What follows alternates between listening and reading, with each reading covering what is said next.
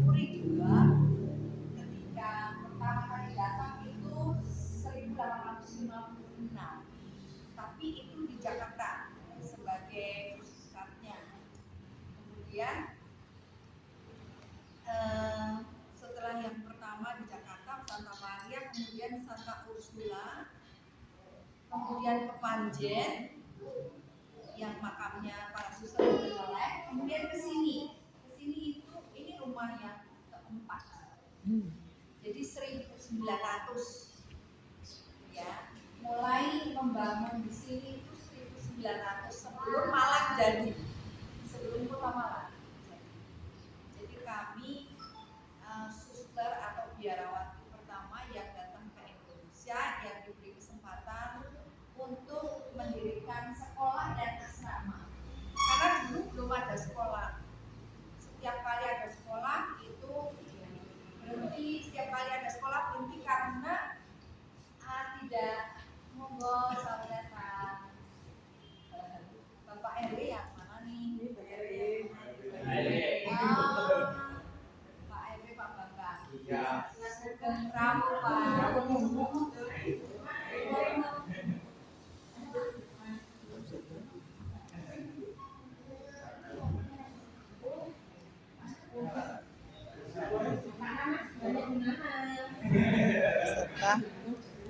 Peserta Monggo seadanya. Ya. Selamat datang kalau kami sangat terbatas ya. Ini ribu semua. Memang banyak yang ribu. Jadi saya lanjutkan ceritanya ya. Jadi ketika nanti saya akan berikan, kalau mau slide show saya untuk apa telusuri untuk lebih mendalam, nanti saya kirim Mbak Rana ya, biar nanti bisa di-share ya yang lebih jauh. Nanti ini saya cerita globalnya saja. Lalu misinya apa sebetulnya Oxford ini? Kami mau mendidik perempuan-perempuan yang selama ini tidak diperhatikan. Kita tahu era Kartini kan sekolahnya baru 1904 ya. Jadi waktu itu memang belum banyak sekolah perempuan. Ada perempuan itu di sana sini menganggur, senang-senang dan sebagainya. Jadi ingin meningkatkan martabat perempuan, dan itu lintas, bukan hanya Katolik saja, kami sebagai biarawati saja, tapi kami ingin semua perempuan. Salah satunya sebagai contoh bagaimana kami mulai membuat proposal itu ketika pemerintah Belanda itu menyentuh kami untuk tidak menerima orang pribumi. Padahal kami tidak terima ya, harus dikembalikan ke orang tua. Para suster itu menangis karena merasa bahwa ya kan mereka harus mendidik banyak perempuan gitu. Jadi supaya yang dididik itu hal-hal yang sangat sederhana, misalnya bagaimana menjaga kebersihan, bagaimana mengatur keuangan, bagaimana membuat makanan yang sehat. Itu saja sebetulnya yang mendasar, yang sangat mendasar. Karena dulu sanitasi juga ya. Jadi hal-hal mendasar itu yang sebetulnya diajarkan awalnya. Jadi ketika tidak boleh untuk para suster itu mencoba untuk buat terobosan. Jadi dengan cara tidak usah pakai ijazah, tapi kursus saja, kan nggak berkaitan dengan pemerintah. Jadi kursus saja, kursus memasak, kursus menjahit, lalu kursus membuat keuangan dan sederhana. Itu yang dilakukan saat itu, sehingga perempuan juga bisa membantu mendidik anaknya. Memang kita katakan di dalam UNESCO tahun 2000 kita katakan bahwa kalau kita mendidik perempuan itu mendidik seluruh keluarga ya. Kalau mendidik laki-laki mungkin hanya bapak aja yang tidak di rumah, tetapi ibu mendidik semua anak-anak. Jadi itu yang diutamakan. Jadi itu berkembang lalu menjadi sekolah formal. Sekolah formal awalnya seperti itu, awalnya khusus aja. Setelah itu menjadi sekolah formal, lalu dari TK, SD itu kami punya asrama. Dulu memang orang-orang awalnya orang-orang Belanda dan orang-orang yang apa namanya Kemil itu ya. Tahu Kemil ya? Nah itu kan mereka bekerja kemana-mana. Jadi anaknya itu harus dipastikan dijamin bahwa pendidikannya dan kehidupannya itu terjamin. Jadi di sini tuh asramanya bukan anak isinya anak TK dan SD kecil. Bukan kalau sekarang kan SMP SMA ya. Karena sekarang kan sudah semuanya sudah baik, orang tua bisa mendidik sendiri. Kalau dulu tuh orang tuanya pergi ke kebun, perkebunan, mulai atau tugas sendiri mana. Jadi memastikan anak-anaknya terjamin sekolah dan kehidupan. Lama sekali TK dan SD. Baru tahun 20 tahun kemudian baru ada guru SMP. Jadi anak-anak mulai dididik supaya mereka bisa berkeluarga, membangun keluarga dengan baik. Itu kedua. Jadi sejarahnya seperti itu. Para suster seperti itu tujuannya. Jadi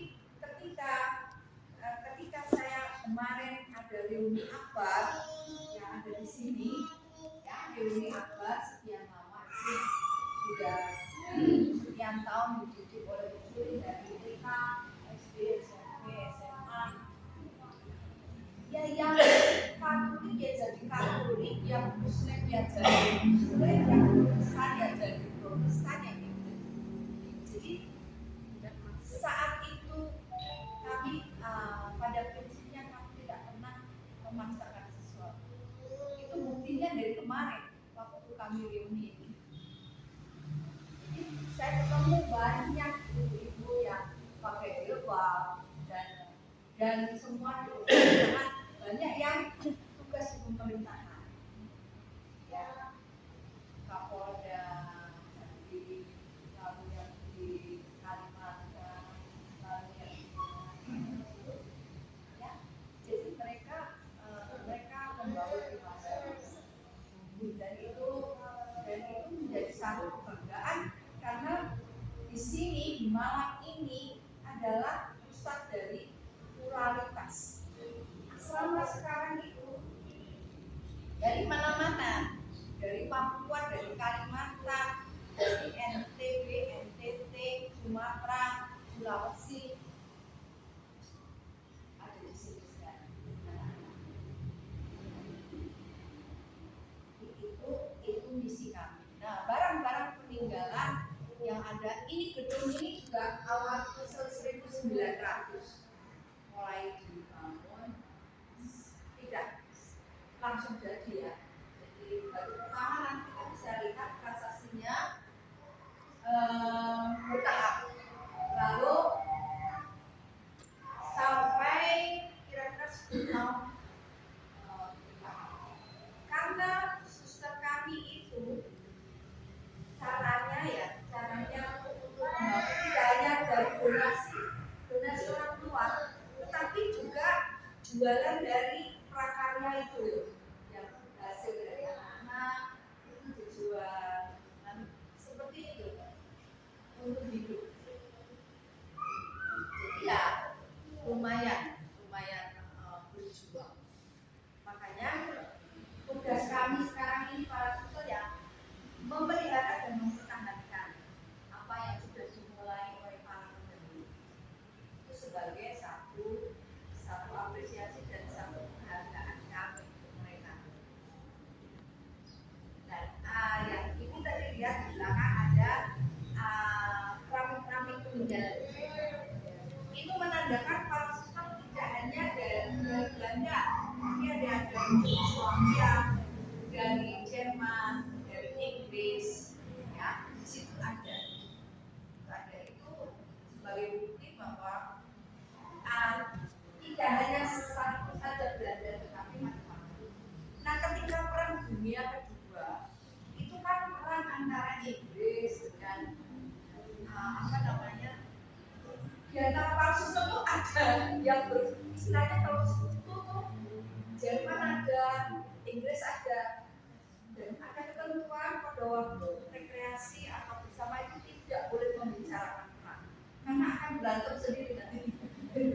Karena yang satu adalah istilah ada Jerman, jadi tidak boleh dibicarakan pada saat itu. Jadi saya baca kroniknya, para suster dulu itu rajin sekali membuat kronik. Kronik itu cerita apa yang terjadi, semuanya ada dalam bahasa Belanda dan dalam bahasa Prancis. Karena bahasa Prancis itu dulu bahasa elit Eropa, bukan bahasa Belanda. Suster yang orang Belanda juga belajar bahasa Prancis. Jadi kroniknya itu dalam bahasa Belanda dan bahasa Prancis. Lalu diterjemahkan oleh seorang suster Jerman. Orang Jerman itu, suster itu belajar sastra Indonesia di UI. Jadi dia bahasa Indonesianya bagus, sehingga dia bisa menerjemahkan kronik-kronik yang dalam bahasa Belanda dan Prancis itu ke dalam bahasa Indonesia. Sehingga suster-suster yang sekarang tahu ceritanya. Jadi dari awal itu 1856, saya dulu di Jakarta 12 tahun di Dusun Santa Maria. Saya juga mulai itu di mana sekolah biara yang pertama, jadi tahun ini 167 tahun.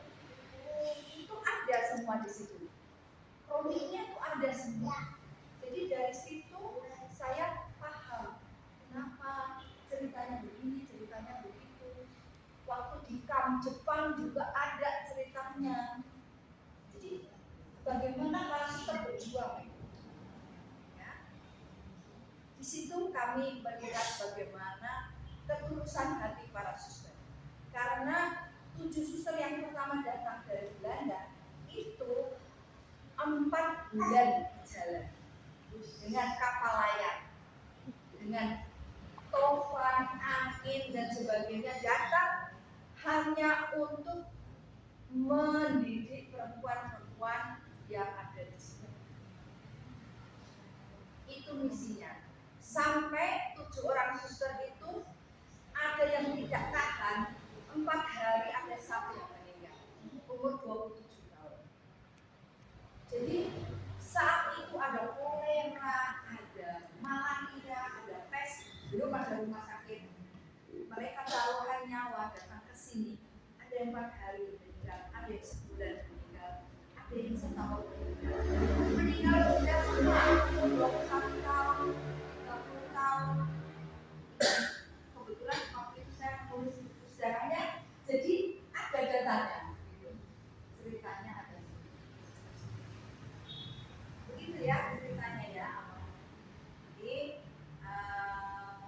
mungkin ada pertanyaan dulu. Ya. Silakan. Terima kasih suster. Jadi Ini ibu siapa? Nelly. Neni.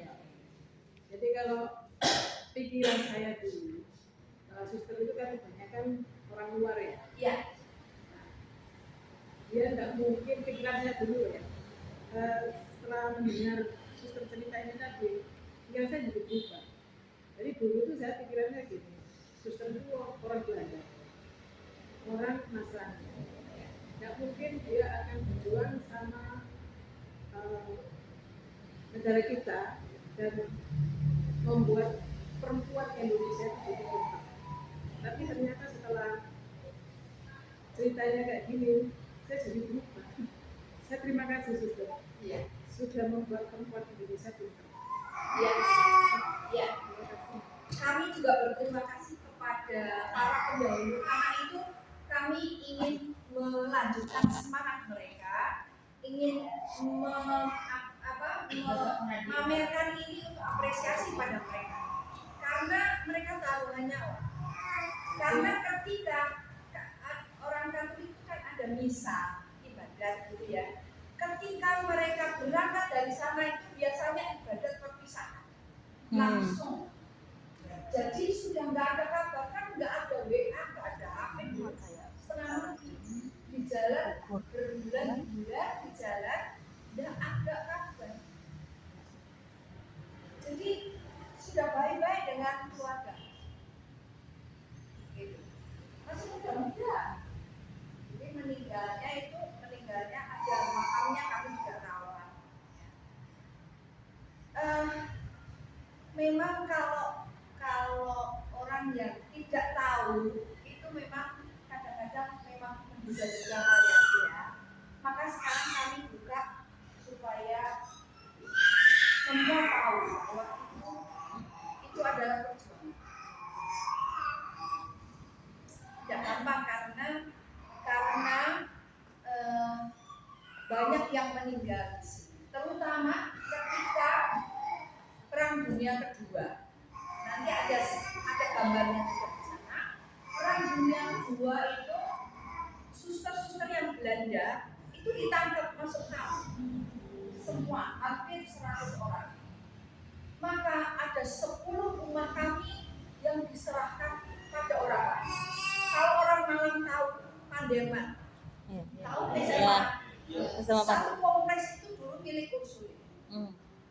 Tapi karena susternya meninggal masuk di kamp, tidak ada yang melanjutkan mengolah, dihibahkan pada orang lain. Di Surabaya, Kepanjen, SPM, lalu Prateran, di Jakarta, di Pekalongan, di Tegal, di Cirebon, di Purwokerto, 10 rumah zat-zat seperti diserahkan pada orang lain. Karena susternya kira-kira 100 orang meninggal di kamp karena ditawan oleh Jepang, ada yang sakit, ada yang tidak bisa. Suster yang ada serahkan pada yang lain supaya anak-anak tetap bisa sekolah. Tujuannya itu. Jadi nggak mikir kalau dihitung-hitung bisa berapa T, nggak tahu lagi. Ini ya. Jadi itu sudah tidak kami seperti itu. Padahal ketika membangun ini ada hutang, ada jualan ini, jualan itu. Jadi kami merasa bahwa 10 rumah yang diserahkan kepada orang lain itu running bagus sampai sekarang.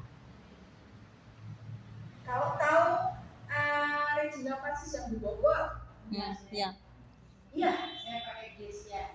Iya, itu punya usul. Ya. Lalu Santa Maria Purwokerto, Santa Maria Cirebon. Jadi kan kompleks-kompleks yang buat satu dari TK sampai SMA. Pius di Kalongan, ada di Tegal. Saya juga baru dengar yang rumah agak kecil-kecil.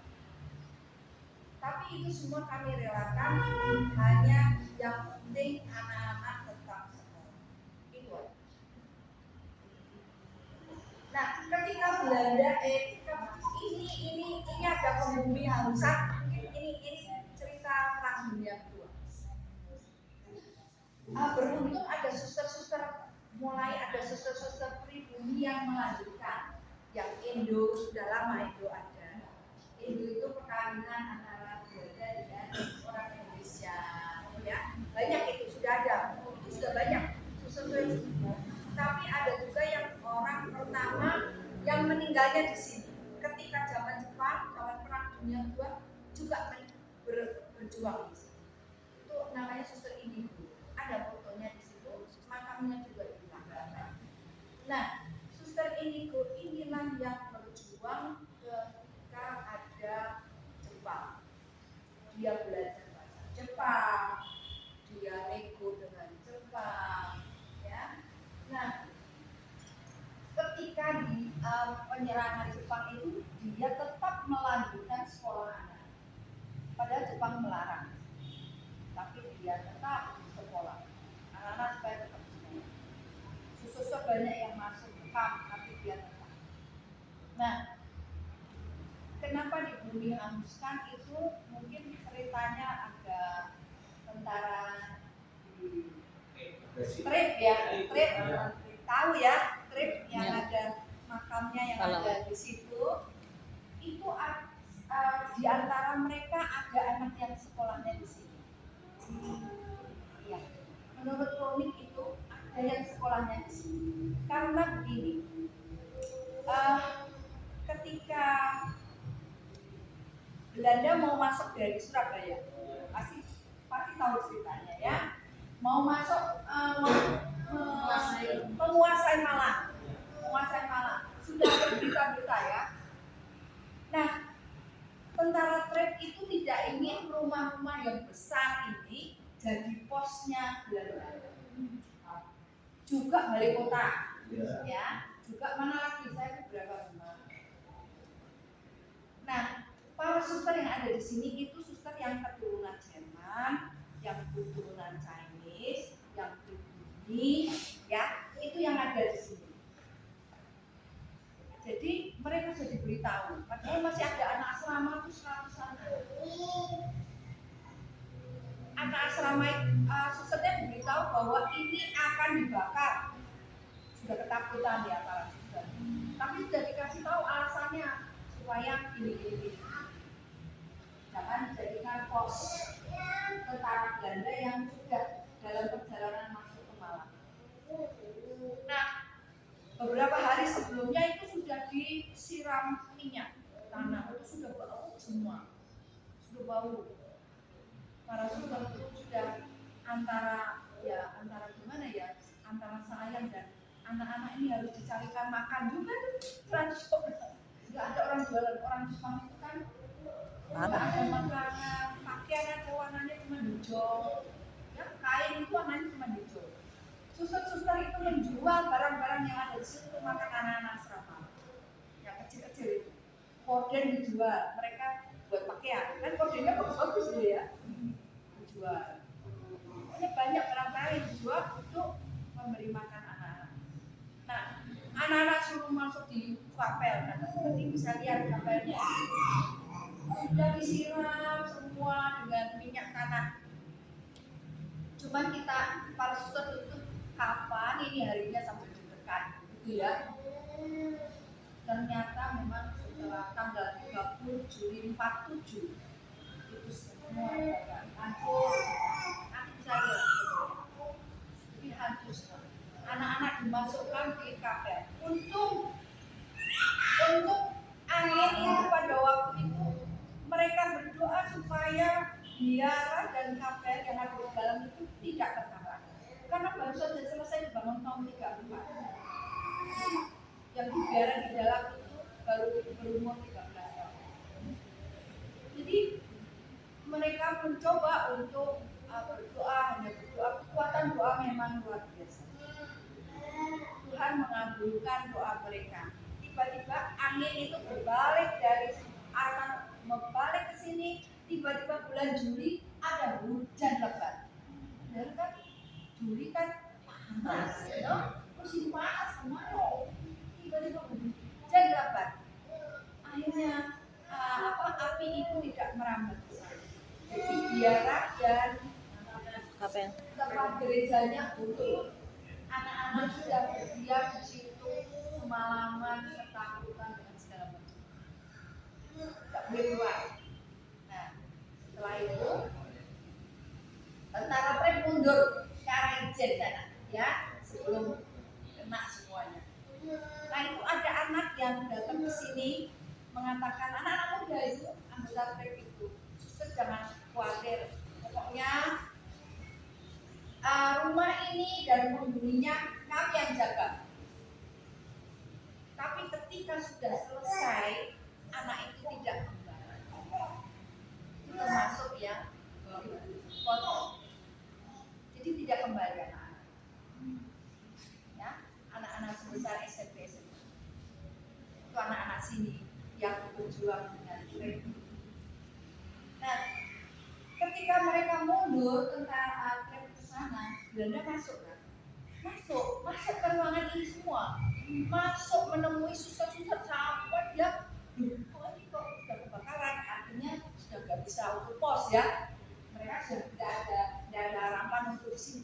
Tapi ketika masuk di sana, kok suster-susternya istilahnya tenang-tenang, nggak ada yang luka dan sebagainya.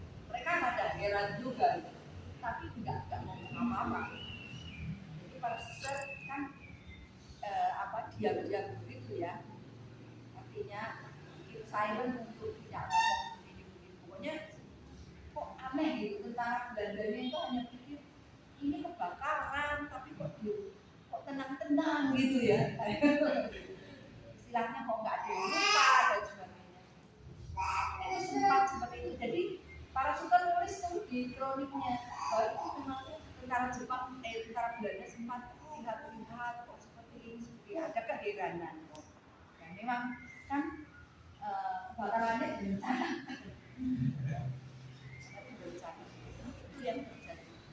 Jadi 4 tahun kemudian Departemen Sosial memberi dana. Dananya tertulis di kronik 216.000 rupiah. Jadi saat itu tertulis itu. Tapi itu hanya bisa untuk dihitung-hitung lagi hanya bisa 1 lantai. Maka sekarang hanya ada 1 lantai. Jadi dibangun selama 5 tahun. Dengan pertama itu hanya 216.000 itu hanya untuk sepertiga bagian. Yang lainnya kita usaha sendiri, kita ya pokoknya hutang dan sebagainya gitu. Akhirnya selama 5 tahun terbangun kembali, tapi hanya bisa 1 lantai. Jadi itu para suster senang. Tahun 55 sudah terbangun, tetapi juga sedih karena tadinya yang 2 lantai lebih bagus pastinya, menjadi hanya 1 lantai. Jadi ini menjadi cagar budaya ketika 2018 ditetapkan sebagai kota cagar budaya. Semoga bisa meningkat. Amin. Amin. Itu cerita singkatnya ya. Jadi para suster, saya mendengar bagaimana para suster nanti pada zaman Jepang itu, kalau Anda tahu pada zaman Jepang itu bagaimana para suster bisa mendengar atau menulis cerita. Dulu kan bajunya kan seperti jilbab itu kan besar gitu ya, jadi bisa memasukkan buku taruh di sini, bukunya taruh di sini, bolpennya taruh di sini, lilin taruh di sini, korek taruh di dalam. Karena Jepang tidak menginginkan dokumentasi sama sekali, tidak ada dokumentasi, akan dihancurkan. Pasti kalau ketahuan akan dihancurkan, apapun bentuknya, tulisan, foto, semua tidak. Makanya salah satu hal yang mereka lakukan adalah dengan membuat gambar sketch. Jadi pengalaman itu digambar. Nanti ada contohnya di kronik kami juga ada, ya, semua di sketch. Nah, suster-suster itu malam-malam, nanti bukunya itu malam-malam dibawa izin ke toilet kalau di kampung. Izin ke toilet, terus bukunya itu dikeluarkan dari lilin, nulis apa yang terjadi hari ini. Jadi kami tahu bagaimana mereka Jepang itu memberi makan yang 1 kali sehari dan itu tidak layak. Makanya ada yang sudah jadi tulang, yang meninggal sudah jadi tulang, tulangnya itu diminta untuk dihancurkan. Itu kan protein ya, tulang kan protein ya, itu dibuat bumbu untuk makan. Ada. Jadi susternya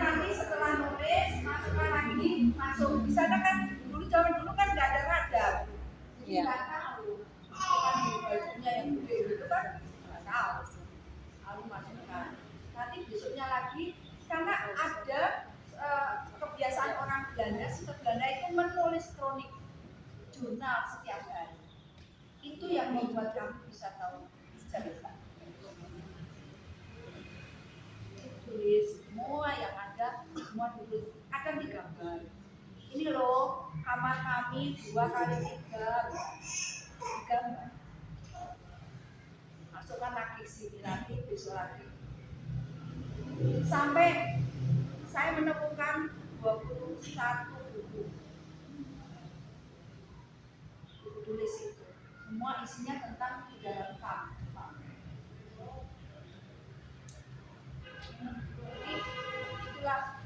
Itulah ya cerita kronik dan sebagainya itu harta kami untuk kami bagikan. Kalau enggak kami juga enggak akan ngerti ceritanya seperti apa kami. Jadi ada memasuki tempat yang mungkin ini dulu saya sengaja buat ini supaya mau nostalgia sama kursinya kan sama dengan ya. Jadi kalau mau foto-foto di sini, nah ini dulu tempat makan asrama.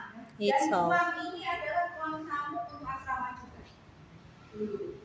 Jadi kalau ada tamu yang belum makan asrama, duduknya di sini. Jauh nanti anak asrama dipanggil. Ada yang mau tanya lagi? Ya. Perkenalkan, nama saya Fania. Saya tertarik mengenai kronik tersebut.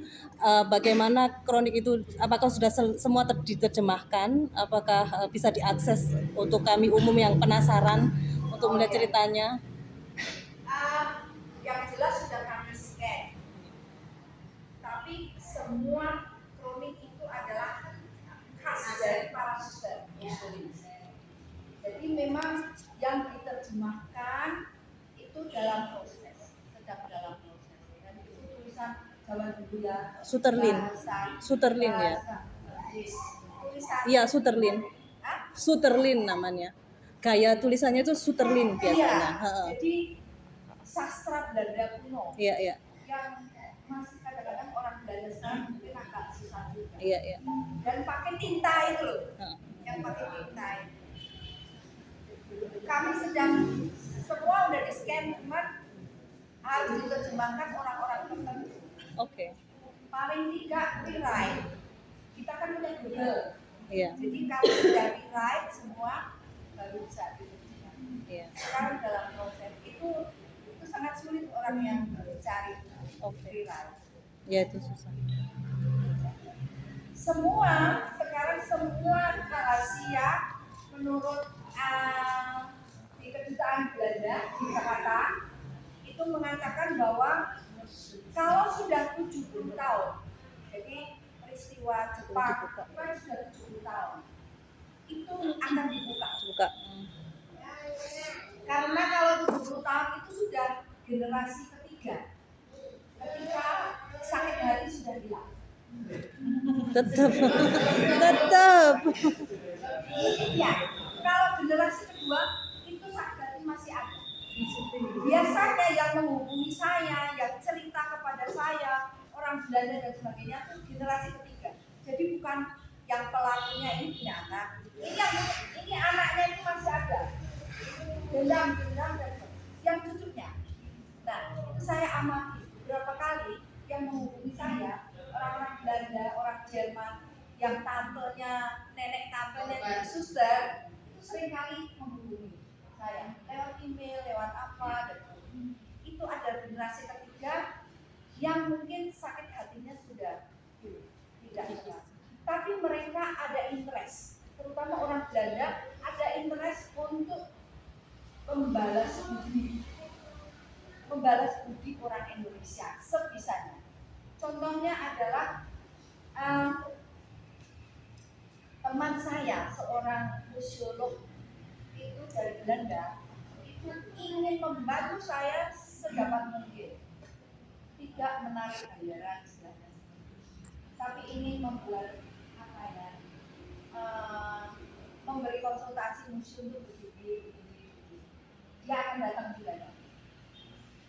Jadi orang itu punya sesuatu ya. Kalau intelektual dan sebagainya itu tahu kan, sehingga dia merasa bahwa ya kok seperti kejam seperti ini ya dulu, terutama Jepang. Jepang itu pada waktu saya tugas di Surabaya itu ada anak-anak kecil seusia SD SMP datang ke Indonesia dari Jepang, nggak bisa bahasa Indonesia, nggak bisa bahasa Inggris, susah ngomongnya pakai tarsan. Jadi ketika mereka datang, kenapa mereka datang? Saya bertanya-tanya lewat dinas mereka datang. Ada serombongan sekitar hampir 10 orang.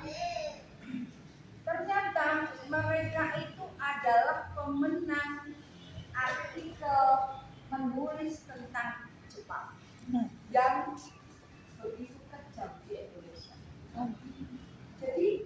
Jadi mereka dari tulisan-tulisan itu kan diterjemahkan ke bahasa Inggris.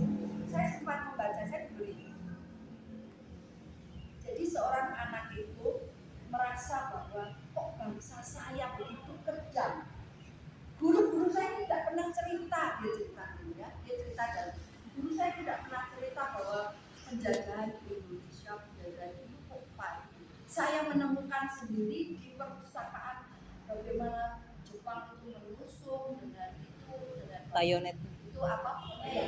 Ya, itu ya kekejaman itu dia temukan sendiri tanpa guru-gurunya cerita.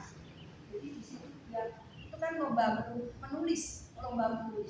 Jadi tulisan dia itu begitu berkesan untuk pemerintah Jepang saat ini, kan sudah generasi berikutnya. Jadi dia menang untuk tulisan sejarah. Maka ketika dia menang, anak-anak itu dibawa ke Indonesia.